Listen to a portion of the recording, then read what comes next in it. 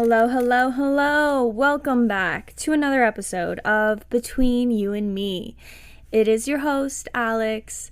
And guess what? I just turned 23, everyone. My birthday was last week when I'm recording this, and I did actually make a vlog about it. So if you guys want to check that out, you'll know what I was up to. But I think what I want to talk about today is what I have learned in my 23 years of life, and what are the main really important lessons that I have taken away so far. Obviously, there's a lot, knock on wood, a lot of life left to live. So, of course, I'm going to be learning more, and of course, I'm going to be experiencing more. But I wanted to share with you guys what are some important things that I feel like I've learned from, the experiences that I've had so far, or what I've learned from other people, what I've read, what I've even seen on social media. I do have some things that I've actually literally learned from social media, which is funny. And I just wanted to share all of that with you because I think it's cool. And I love hearing these types of things. So I was thinking that maybe you guys would too.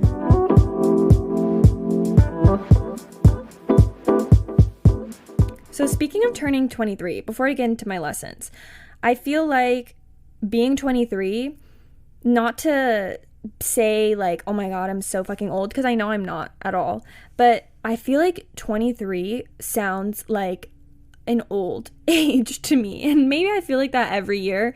Every year when I turn older, I always think 22 is so old, 21 so old, 20 so old, but 23 is really sounding old. And I don't know if it's because recently I've been meeting a lot of people who are a lot younger than me, and they don't believe that I am my age. I don't know if I should be offended by that, or if I should be flattered, or just take it as nothing. Because the amount of times I've gotten people thought I'm 18, 19 is, honestly, I'm not gonna lie, it is a little bit offensive. Because I'm do I look like a teenager? I mean, it's not even the fact that I might look young. I get that. I don't think I look very old. But do I have the characteristics and the level of, I don't know, maturity as a 19, 20-year-old? Because that one kind of hurts if so. But I'm going to take it lightly because I know that I am pretty young at heart. I think so. I think I'm a little bit of a kid in a sense when it comes to what I like to do and the way that I act around people that I love and I'm comfortable with. But I think I am quite mature in some levels, but that's besides the point. Anyways, let's get into some of my lessons, which hopefully will show you guys that I am a mature woman and I am actually old enough to be doing what I'm doing. I'm not 18. I did not just get out of high school. Anyways, so yeah, I want to share some of the most important lessons and pieces of advice that I've learned at this age. So we're just going to get started with the first one, which is self-awareness is the most important thing you can do for yourself. To me, I think self-awareness is just the little pinpoint at the beginning of a huge map, if that makes sense. To really understand just, your actions, emotions, and being able to hold yourself accountable for them and acknowledging who you are, you have to have that level of self-awareness. Having that self-awareness will allow you to find patterns in yourself, what you like and what you don't like, what you want to change, what you don't want to change, what you want to improve on, so you can make even better choices for yourself in your life. So it all starts from that little aspect, which I think is getting a good structure on being aware of yourself, of your actions, what you're doing every day, how you speak to yourself, and all of that in general. Basically, to me, it's everything. It's if you don't start off with that, you will be a little bit lost in life, I feel like. If you don't have that level of self-awareness, not even just lost, I feel like you'll be kind of flying above the clouds, if that makes sense. You won't really be in life. You won't really understand your purpose or what you're on the earth for, why you're here, if you don't have a level of self-awareness. You're just on a boat cruising through the water and not really understanding what's going on in your life if you don't have that aspect of self-awareness. I don't know if that made sense. To me, it did. I had a lot of little visual imagery there, but I just think that overall it is the most important thing, because moving forward, if you have that aspect of self-awareness, now you finally have control over your life, over better choices for yourself, over more stable actions and emotions and patterns.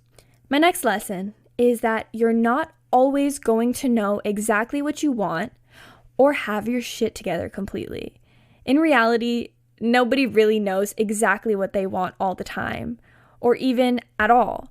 So I don't think there's any need to shit on yourself for not having your shit together completely, especially at our age, but also not even having to do with age, like just in general. If you're 50, if you're 5, if you are in your early 20s, if you're in your late 20s, whatever, you don't need to have your shit together 110% right now.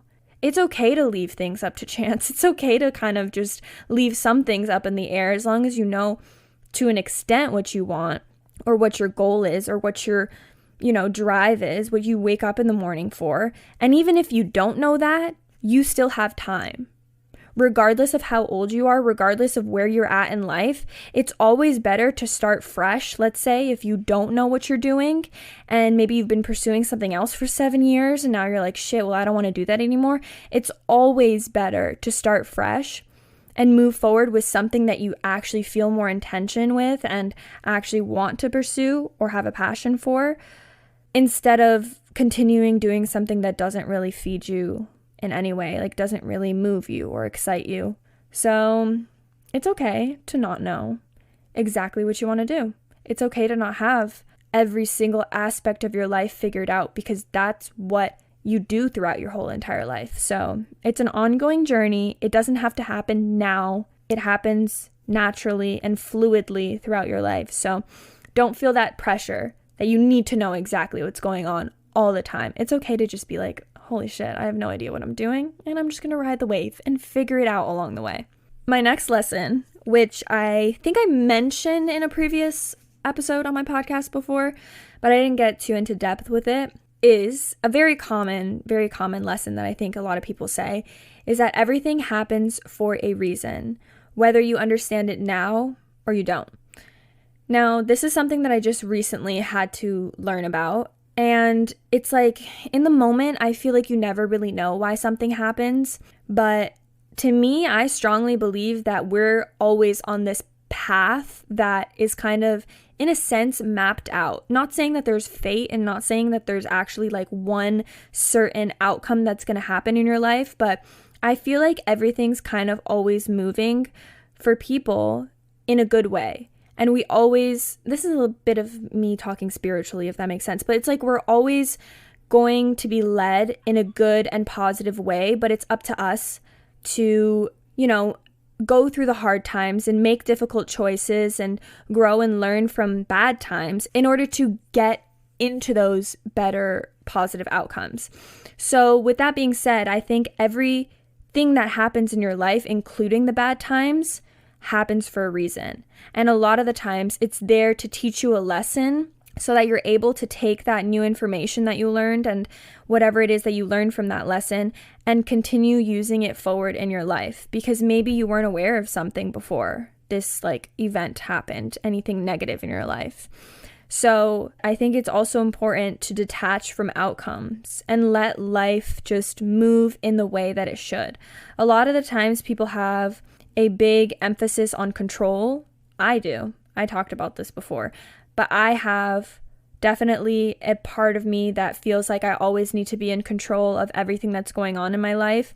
And recently, especially in the past couple months, I've been wanting to and putting an effort into letting go of things I can't control and detaching from these outcomes that I have in my mind that I think are supposed to happen. Because, like I said, everything happens for a reason. So maybe I just don't understand the reason yet. So I'm going to let go of that. I'm going to let go of all that baggage, all that need for control, and all the things that I believe are supposed to happen, and just let my life unfold the way it should. Because when I eventually get to that point, whether it's a year later, 2, 6, 10 years later, maybe then I'll look back and be like, holy shit, this is exactly why that thing happened, for me to get to this more positive part of my life. And I think that's a great way to look at things, because it allows you to believe that there's bigger things going on outside of yourself. So you're able to kind of look at what's to come and hope and pray that there are better things coming, and you just have to allow those things to happen naturally instead of forcing them.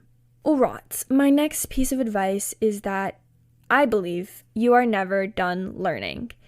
I mean, this is an important one when it comes to the lessons that I'm trying to tell you guys, because if you believe that you've already learned everything there is to learn, then you're not keeping yourself open to changing your perspective or like altering the way your mind works in any way. So if you think that you know everything right now in your point of life that you're at, then I hate to break it to you, but you're probably wrong.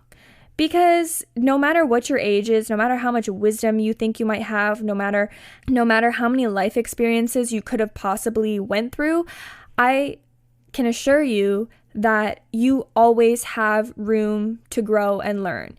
Even when you think you've learned extremely huge and difficult lessons and found out more about yourself, life will throw you more lessons just to get even deeper into who you are. Like, the lessons that you learn obviously will come back to you and teach you things throughout your life. So never close yourself off to different and new experiences to learn, because that's kind of why we're all here, to learn things, to experience things, and to become better people as your journey in life continues.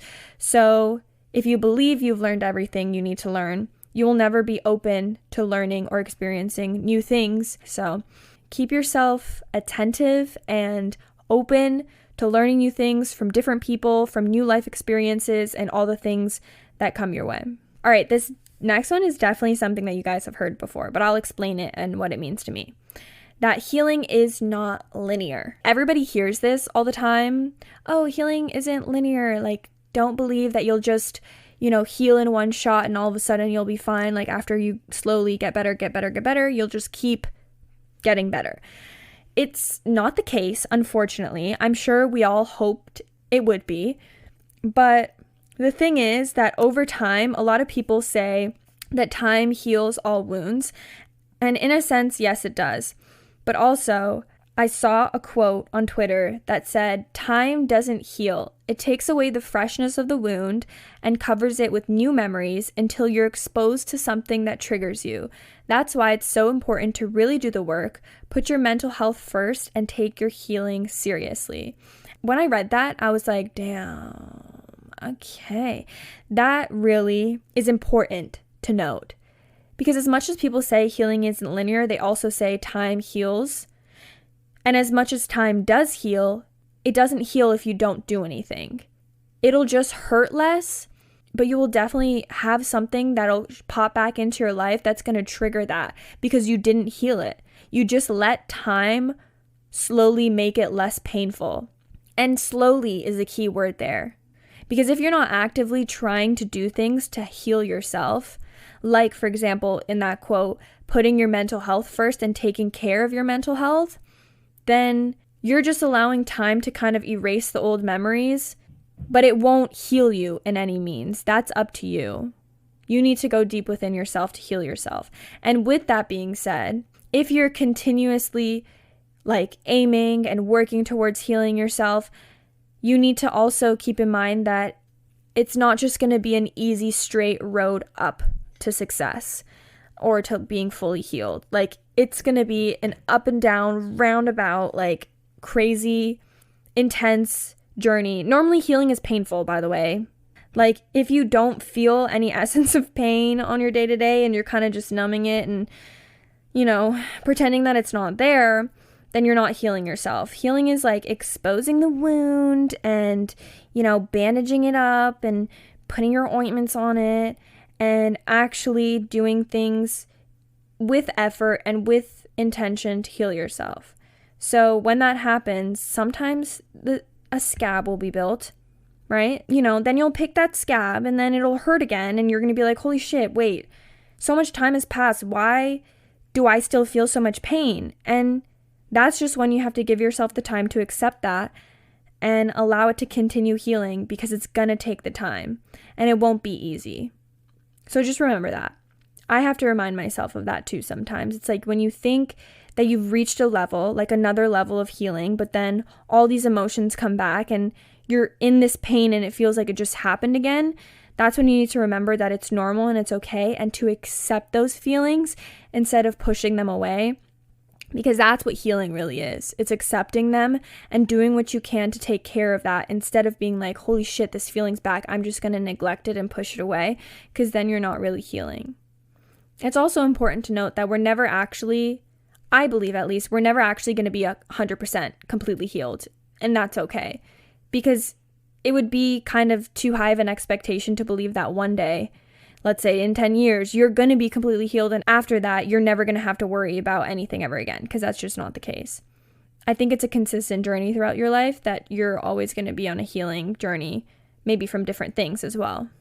All right, my next piece of advice is that you should never compare yourself to others. What I wrote down here is comparing yourself to others will leave you empty. And I could never agree with anything anymore. I think that when you compare yourself to other people, you're genuinely just robbing yourself of your own joy and your own unique life experience and journey that you're on. Because you're taking away from the uniqueness of yourself and what you get to go through on this life by yourself. And you're kind of making it seem like, oh, like I want to be like that person. I want to be doing what they're doing right now in their life. I want to be just as successful as they are, or I want to have a perfect relationship like they do, whatever it is. But you're taking away your own joy. You're taking away your own uniqueness and, you know, what, everything that's special with the journey that you're on. So rather than allowing yourself to compare yourself to other people, I think allow yourself to be happy with where you're at and content with where you're at. Next lesson that I have kind of goes hand in hand with this in a similar way of like comparison, or like thinking about other people's opinions at least. But this next one is no one judges you as hard as you judge yourself in every aspect. So this is a huge one that I feel like I kind of experienced, like most importantly in my high school life, when I really believed the opinions of others were way more important than anything else. And I think that you should never judge yourself based on what you think other people think of you. Because at the end of the day, you're always going to be the one judging yourself more. You're always going to be carrying these insecurities on yourself based on what other people think, not based on what you feel about yourself. You're taking what you, for the most part, assume other people believe about you and projecting those feelings onto yourself. And that's just not fair, first of all, because a lot of the times people's opinions on you, if they're negative, come from their own insecurities. So you're taking their insecurities and beliefs about you and projecting that onto yourself. And for what? For what? That is so not beneficial. It doesn't even allow you to sit there and try to improve, because those opinions aren't even valid at the end of the day. So the only opinion that really matters when it comes to who you are as a person is your own. Let's not jump to any conclusions, right? With, you know, the judgments that people have on you. And just remember that you're your own harshest critic, and you also just shouldn't be your harshest critic. It's normal to want to improve yourself. It's normal to want to be the best version of yourself, yes. But you don't want to be negative and harmful to your own self based on what other people think of you. Okay, this one is something that I've learned in my more recent time frame. I feel like when I started really taking my career seriously after I graduated from university, I started kind of taking this lesson more and applying it to my life. And basically what it is do something every day to get to the person that you want to be, and eventually you will just be. Ooh, I wrote that one out. What I think about this is that my mindset with this little quote is that, to me, you're always gonna be chasing to be the best version of yourself. I think that's kind of human nature. We always want to be the best versions of ourselves. So instead of overwhelming yourself with all of the things that you want to achieve and all of the ways that you want to be as a person, and trying to figure out today, how am I going to turn, let's say, into a millionaire ASAP? and you overwhelm yourself with all these steps and all these things that you need to do in order to get to your goal, instead of doing that, work every single day as the person that you want to be, and then watch that just naturally happen.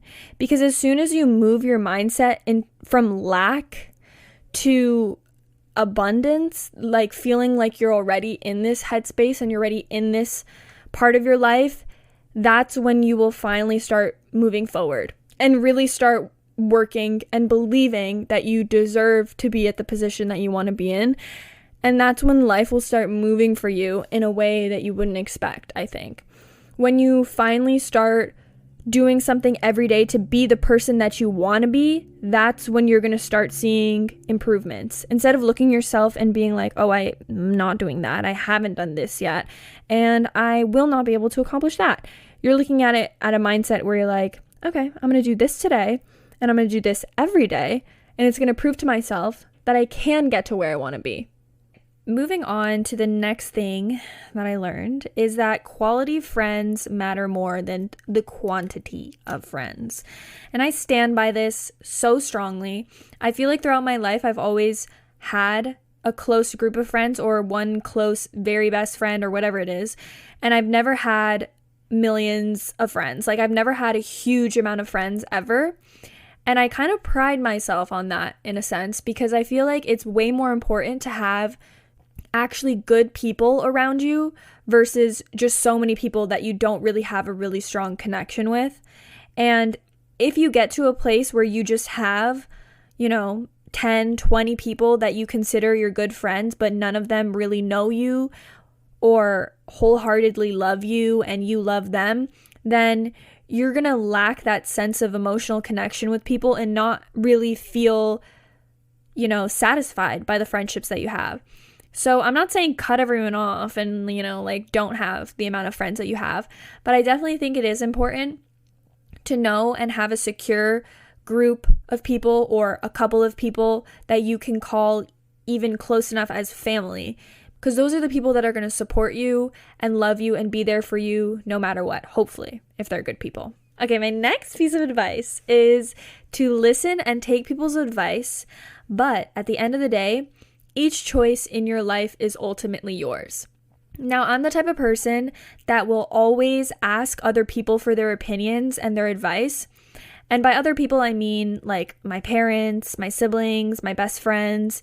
I'll ask them for what they think on, big choices or, specific things that are going on in my life. And I feel like recently I've kind of learned that other people's advice and other people's opinions can really sway you and change the way that you think. So I think it's really important to not let other people's opinions, ideas, and, whatever they believe drastically have an effect on you. I think that it's good to be open and understanding and, of course, empathetic to other people's perspectives, but to listen to your own intuition and to what you believe at your core and go with that. It's so important to have a strong knowing of what you want, regardless of what other people tell you. So as good as it is to get advice from other people, it's also important to, take what everybody says with a grain of salt almost. Maybe a bit bigger than a grain of salt, but allow yourself to understand and fully, digest what they have to say and their opinions on whatever situation you brought to them. But then take everything and make a decision based on you and not based on anyone else. Okay, this next one I think is so important, and it could be a big kind of subject in people's lives. And actually I saw a TikTok on this one, which is so funny, literally a week ago. I think the TikTok was quoted from a book too, so I'm not sure. It was text on the TikTok, but I resonated with it so well, so I'm just kind of regurgitating it in a way that's my understanding of it. But this lesson that I learned is that you're never going to be 100% ready for real love when it shows up. I think love can be really scary from my experience, especially when you first fall into love. It's such a daunting and scary experience, and you don't know if you're going to be able to handle it. So I think that if you deny yourself from love when it, shows itself to you, Just because maybe you don't feel like you're entirely ready for it, then in a way you are robbing yourself from the biggest growing tool that there is. Personally, okay, based on my 23 years of experience, I think love is a huge, like, magnifying glass, and it helps you learn more about yourself as long as you let it, as long as you're, allowing it to. And it's kind of incredible what love can do. It's meant to change you, and it will. So if you're open to accepting the good, real love, like, hopefully it is real good love, right? Like, I know there's negative sides to love and relationships with, like, people that might not have the best intentions. But if you are ready for real and good love, then it will encourage you to address what it is that needs to be healed inside of you and for you to work on it. I think a lot of people are scared to get into relationships, and there's this big connotation about you can't love anyone else until you learn to love yourself. And there's a part of this that is true. You need to have that self-awareness and that understanding and baseline level of love for yourself. But I think that also being in love and being in a relationship allows you to work more on yourself. And it's the biggest growing tool, because you're making yourself so vulnerable to somebody else that it allows you to look inward to yourself and work on things that you want to work on, that maybe if you were single or not in love or not with another person, then you wouldn't be able to figure this out, because you wouldn't be making yourself vulnerable and you wouldn't be in a position to be so open with another person. So that's what I believe on that little aspect. But I thought it was really cute also, just that little saying as well. It's pretty cute. Okay, my next one is actually kind of an important one for me, because I'm gonna get this quote tattooed on me this week. And it wasn't an impulsive decision, by the way, if anyone was thinking. This has been a tattoo idea I've had for months, and I just finally decided to book an appointment. But side note, this is my first ever tattoo that I'm getting, and I'm really excited because this quote has resonated so much with me over the past 2-3 years, and has been kind of a mantra in some kind of sense based on what I've gone through with my own mental health. And the quote is, very simply, find joy in the present. And I think it's really beautiful because it's so simple, but it also basically means that you should live for now, not in the past or in the future, because those two aspects will leave you in a lack mindset, like I was saying earlier. If you're only thinking in the past, then you're not allowing yourself to experience what's going on in the present, obviously. And if you're only focusing on the future and hoping and praying that you'll find happiness or joy in the future, then you're never going to reach it. If you always think that, whatever good is going to only come to you when you've achieved this and this and this, or once you've finally gotten that job, or finally gotten into that relationship, or finally did this, then you'll reach happiness, then you're always going to be lacking. You're always going to be in the mindset that you don't have happiness yet. And what's so important about me saying find joy in the present is that joy can be found in the present if you're looking for it. So like I said, to live for the present, not the past and the future, you'll be able to find joy if you're open to it right now in the present. And it kind of is just like a reminder to always be present and be looking for good that's happening right now. And also it's a reminder to be grateful for the things that you have right now, instead of ignoring it and only focusing on the past or only focusing on the future and what you have ahead of you instead of what you have right now. So this lesson kind of goes with my next one, which is good things are always coming for you if you believe it, because it coincides a little bit with finding joy in the present, because it's allowing you to be open to goodness the same way that this little one that I'm talking about now.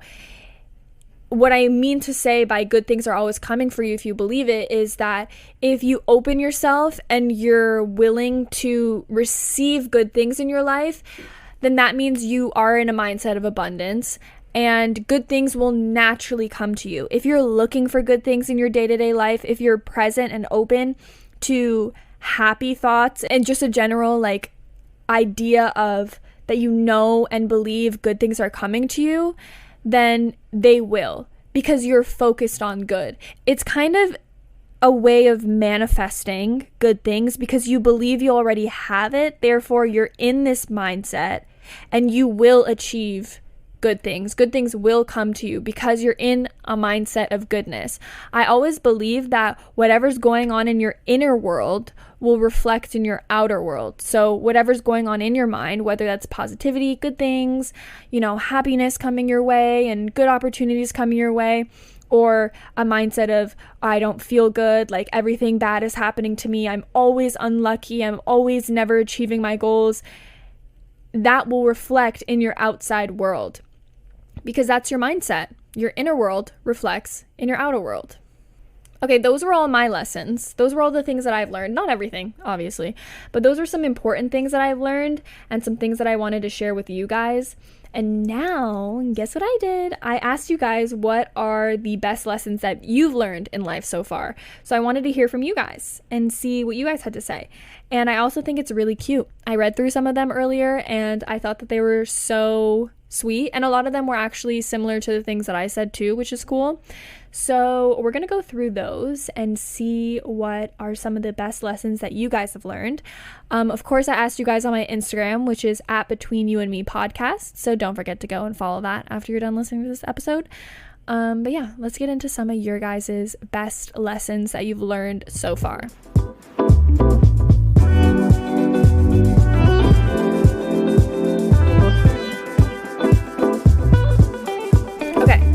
Someone said, don't look to social media for relationship advice. And boy, can I agree with that. I think that that is such a good piece of advice. Thank you for that. It definitely is true because what have we learned about social media? Honestly, maybe in the future I'll do a whole entire episode on social media and like what I think about it. But I genuinely do believe that people, including myself, will literally only show highlights of their life. Social media is a highlight reel. We only show the good parts. Sometimes we show the bad parts too. Sometimes we, touch on things that have happened to us and, our hardships for sure.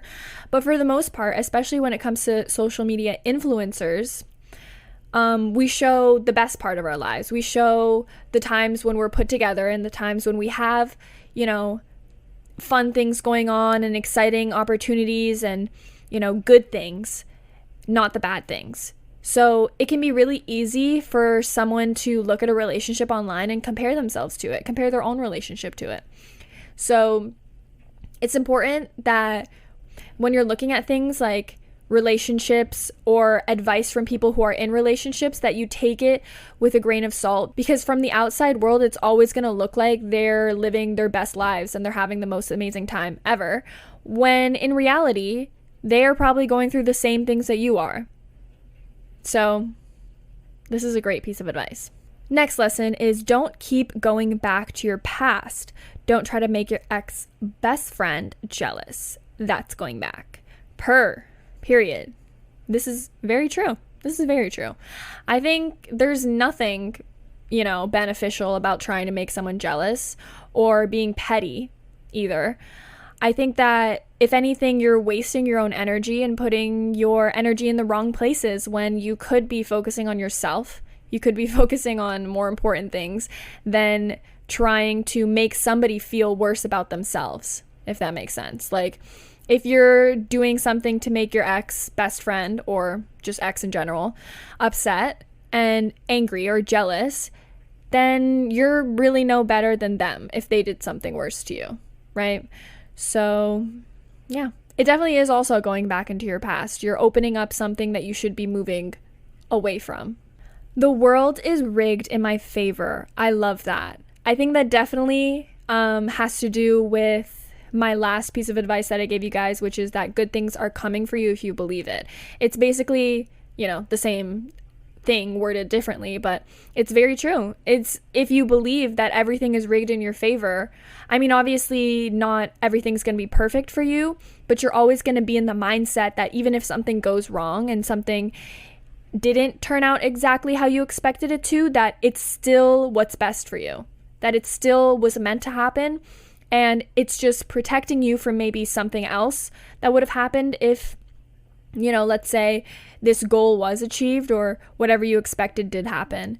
And let's say maybe you get rejected in any certain sense, then that's also protection from something maybe that wasn't meant for you. Anything that doesn't happen will seem like it wasn't meant to happen. And anything that does happen will seem like it was meant for the greater good for yourself. And that, you know, the world is rigged in your favor, baby.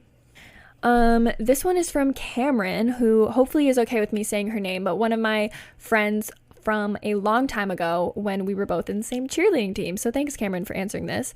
But she said, don't focus on being perfect. Focus on being better than you were yesterday, which I completely agree with, because it's clear, we all know that we're never going to reach this idea of perfection and that we're never going to be perfect. So I feel like I touched on this in my last episode about self-love too.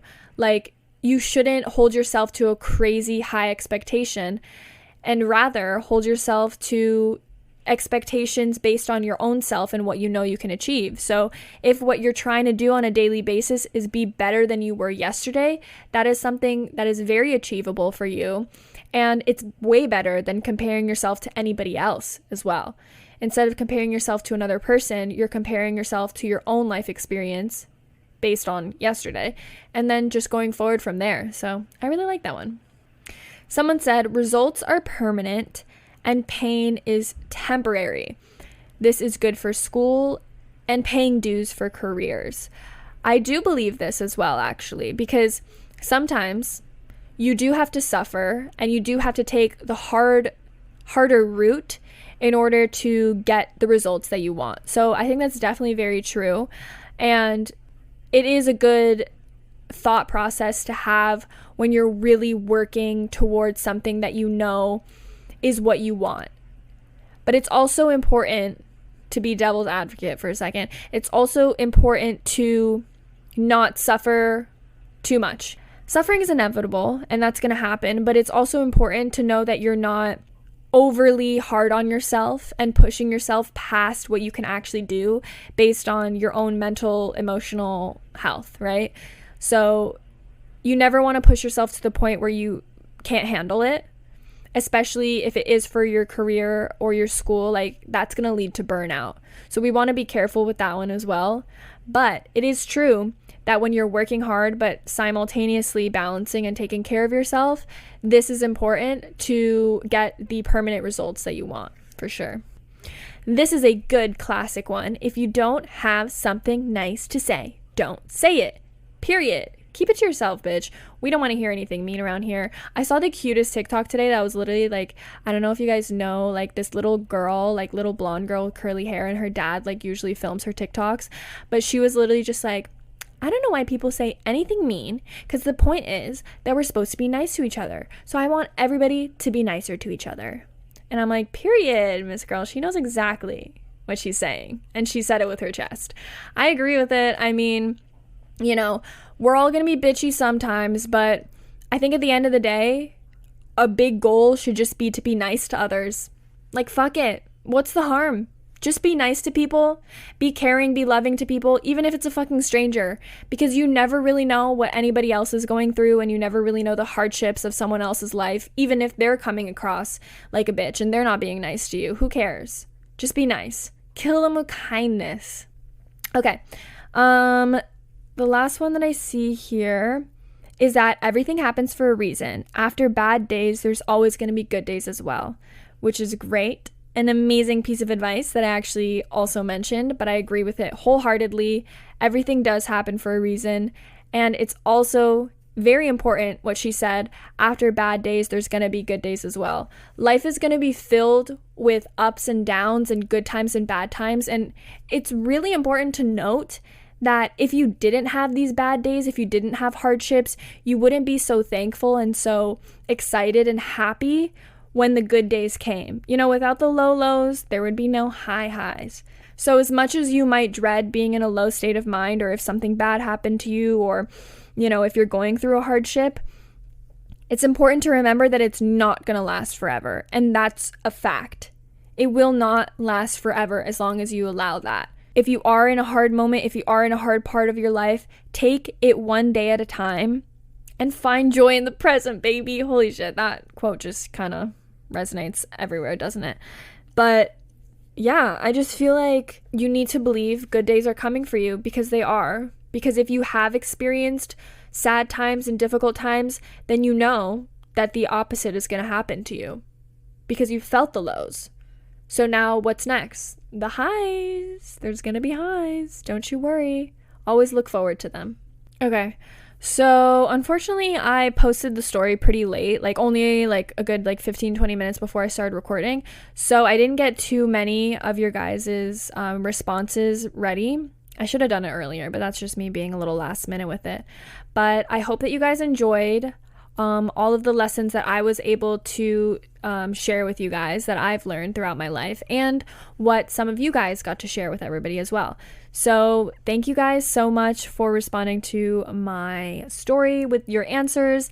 And of course, thank you so much for listening to this episode. I love you guys so much. I hope you have a great rest of your day, and I hope that you take some of these lessons with you throughout your life. And if some of these resonated with you, if some of these didn't, if you have some other lessons that you want to share, DM them to me, of course. And I will talk to you in the next episode. Bye, guys.